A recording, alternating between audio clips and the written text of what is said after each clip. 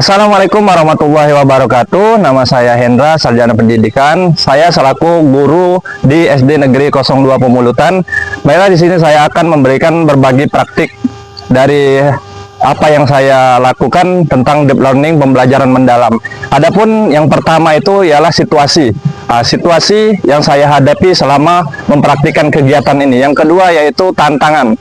Tantangan selama saya memberikan deep learning pada pembelajaran di SDN 02 Pemulutan ini. Yang ketiga, tindakan yang saya lakukan untuk mengatasi situasi tersebut. Dan yang keempat itu ialah hasil yang saya dapatkan selama mengikuti pembelajaran atau saya mempraktekkan di SD Negeri 02 Pemulutan.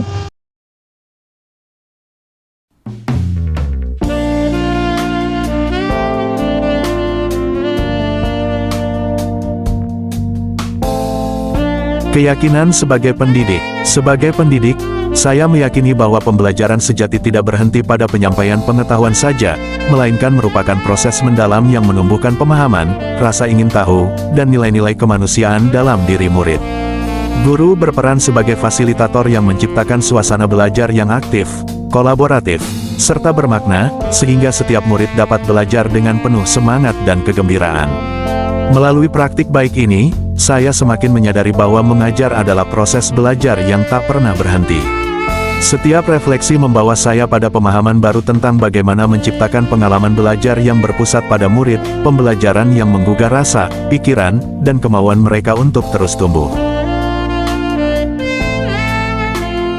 Pengantar pembelajaran mendalam. Definisi, pembelajaran mendalam merupakan pendekatan belajar yang menekankan pada pemahaman konsep secara bermakna, bukan sekadar menghafal.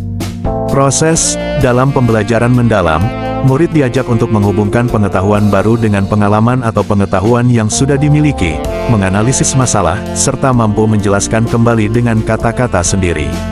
Tujuan utama, agar murid mampu berpikir kritis, kreatif, dan reflektif, sehingga pengetahuan yang diperoleh tidak mudah dilupakan dan dapat diterapkan dalam situasi nyata.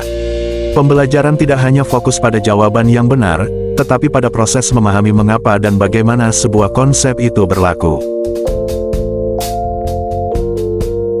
Konteks dan tantangan. Situasi awal. Pada awal pembelajaran IPAS kelas 4 SDN 02 Pemulutan, saya menemukan bahwa sebagian besar siswa hanya menghafal bagian-bagian tumbuhan tanpa benar-benar memahami fungsi dan keterkaitannya dengan kehidupan sehari-hari. Banyak siswa belum mampu menjelaskan mengapa daun penting bagi proses fotosintesis, atau bagaimana akar membantu tumbuhan bertahan hidup. Saya ingin menciptakan pembelajaran yang lebih bermakna dan mendalam agar siswa tidak hanya mengingat tetapi juga mengalami dan merefleksikan proses belajar mereka. Dari situlah saya merasa perlu melakukan perubahan agar pembelajaran ini lebih bermakna dan kontekstual. Solusi yang diterapkan. Melalui penerapan strategi pembelajaran mendalam, saya berupaya menghadirkan proses belajar yang berkesadaran, bermakna, dan menggembirakan. Praktik baik ini saya terapkan dalam pembelajaran IPAS tumbuhan sumber kehidupan di bumi, dengan topika, bagian tubuh tumbuhan, agar siswa tidak hanya mengingat tetapi juga merefleksikan proses belajar mereka dalam kehidupan sehari-hari. Tantangan utama, mendesain pembelajaran yang memungkinkan siswa belajar aktif melalui pengalaman langsung. Mengembangkan rasa ingin tahu siswa terhadap tumbuhan di sekitar mereka. Mendorong siswa untuk menganalisis dan merefleksikan hasil pengamatan mereka, bukan sekadar menjawab pertanyaan. Menumbuhkan kolaborasi dan refleksi diri agar murid tidak hanya berorientasi pada hasil akhir, tetapi juga menghargai proses belajar itu sendiri. Dari tantangan inilah muncul tekad untuk menghadirkan kegiatan yang menumbuhkan penalaran kritis, kolaborasi, dan berkesadaran dalam belajar sesuai karakteristik pembelajaran mendalam. Praktik pembelajaran mendalam. Contoh kegiatan. Kegiatan awal, menciptakan keterlibatan. Mengajak siswa mengamati tumbuhan hidup yang dibawa ke kelas. Mengajukan pertanyaan pemantik, bagaimana tumbuhan bisa hidup tanpa makan seperti manusia. Menghubungkan dengan pengalaman sehari-hari siswa. Kegiatan inti, diferensiasi berdasarkan gaya belajar. Membagi siswa ke dalam 3 kelompok, diferensiasi konten, proses. Visual, siswa mewarnai gambar tumbuhan dan memberi label fungsi setiap bagian.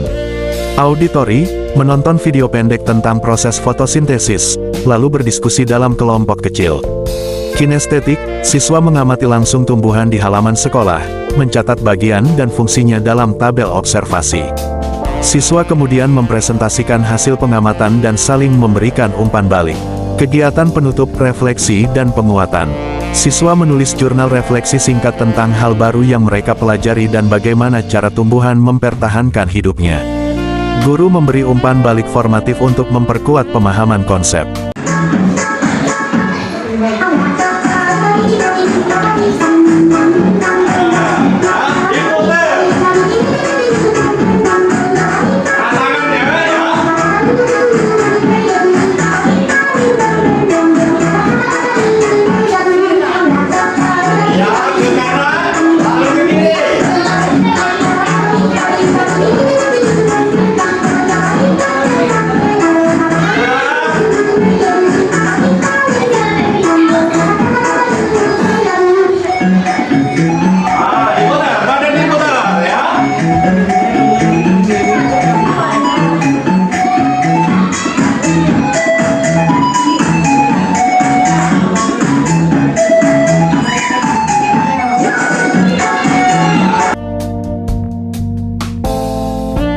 Refleksi guru. Melalui proses pembelajaran ini, saya menyadari bahwa setiap murid memiliki cara unik dalam memahami dan memaknai pelajaran. Saat saya mencoba menghadirkan kegiatan belajar yang berpusat pada murid, dengan memberi ruang untuk bertanya, bereksplorasi, dan berkreasi, suasana kelas menjadi lebih hidup dan bermakna. Murid tampak lebih antusias, saling berdiskusi, dan menunjukkan rasa ingin tahu yang tinggi. Pembelajaran ini memberi pelajaran penting bagi saya sebagai guru, bahwa keberhasilan bukan hanya diukur dari hasil akhir, tetapi dari proses tumbuhnya murid menjadi pembelajar mandiri dan berkarakter. Saya merasa semakin yakin bahwa pembelajaran yang bermakna lahir dari ketulusan, kreativitas, dan kesediaan guru untuk terus belajar bersama murid. Hasil praktik baik, siswa menjadi lebih antusias dan aktif dalam mengamati lingkungan sekitar. Sebanyak 90% siswa mampu menjelaskan fungsi bagian tumbuhan dengan benar menggunakan kata-kata sendiri. Siswa menunjukkan keterampilan berpikir kritis dan reflektif, misalnya dengan mengaitkan fungsi akar dengan cara menyerap makanan. Pembelajaran menjadi lebih kontekstual dan bermakna, karena siswa belajar dari pengalaman nyata, bukan sekadar hafalan. Penutup dan kesimpulan. Melalui strategi pembelajaran mendalam ini, proses belajar tidak hanya berfokus pada hasil, tetapi juga pada proses berpikir dan pengalaman belajar murid.